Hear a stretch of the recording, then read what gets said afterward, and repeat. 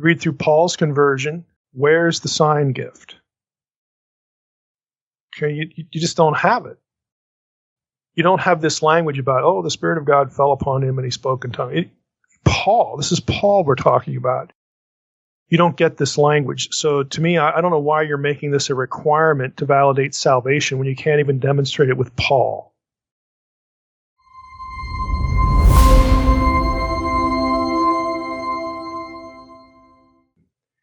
If you really have the Holy Spirit, you're going to manifest a sign. Well, sure, except when the New Testament doesn't say that, which there are more instances where it doesn't happen than you might think. So let's just go through a few. How about the Ethiopian eunuch? You read through Acts 8. It's the same chapter, Acts 8. You keep reading. There's no sign. It's the same guy, Philip. Philip is the same guy, preaching. It was, in Samaritan territory. Then he links up with the Ethiopian eunuch.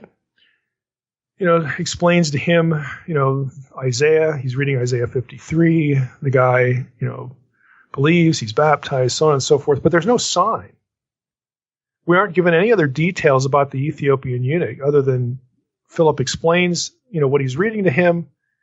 The assumption is Isaiah 53 is about Jesus. And then the Ethiopian eunuch says when they spot some water, well, is there anything preventing me from being baptized? And Philip says, no, let's go do that. That's all we get. Now, earlier in the passage about the eunuch, it says that he had come to Jerusalem to worship. So he's apparently Jewish. Okay, he's an Ethiopian eunuch. He's from Ethiopia. He's linked to, Candace the queen, it says in the passage, but he's apparently Jewish. But he doesn't understand the gospel yet. Again, he's confused about Isaiah 53. So my guess is, again, there's no verse that explicitly says this, but if you look at the calendar, Pentecost, it's months later before there's anything on the festal calendar. And if you read through the book of Acts, at least the first 7-8 chapters, there isn't a whole lot of time that elapses between Acts 2 and Acts 8.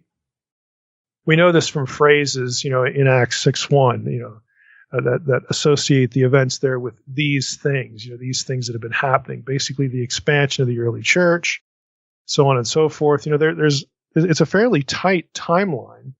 So, this guy could have been present at Pentecost, didn't really understand what was going on. Not everybody believes. There were 3,000, but it's not everybody. And Philip hooks up with him later and explains to him, what he's reading in Isaiah 53, and then he understands, then he is baptized. But we don't get any reference to then the Spirit of God fell upon him, so on and so forth. My guess is he didn't need that because if he had seen the events at Pentecost, he already knows. Once he understands the gospel, it's like, okay, I get it now. I understand what they were preaching. The Messiah has come, and it was evidenced by this coming of the Spirit. And he, as a Jew, is going to know that links back to the New Covenant promises and passages like Ezekiel, 36. He's going to know these things. So that's how I would parse, what goes on with the eunuch. But in any event, you don't always have signs when people believe. But let's go through a few other examples. How about Paul himself? Read through Paul's conversion. Where's the sign gift? Okay, you just don't have it. You don't have this language about, oh, the Spirit of God fell upon him and he spoke in tongues. This is Paul we're talking about. You don't get this language. So to me, I don't know why you're making this a requirement to validate salvation when you can't even demonstrate it with Paul. Okay, there's no account of this in his conversion. How about the Philippian jailer? Acts 16. Okay, there's no sign there.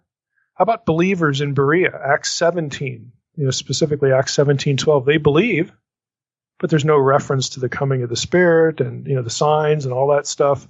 How about believers at Mars Hill later on in Acts 17? Same thing, you don't have a sign.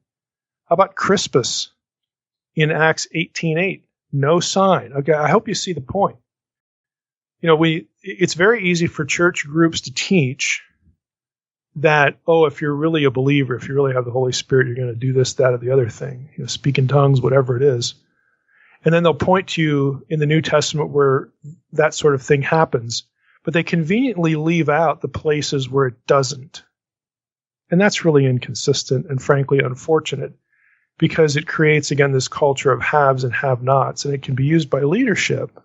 And I don't know the specific situation here, but it can be used by leadership to manipulate people. And again, that's just really unfortunate.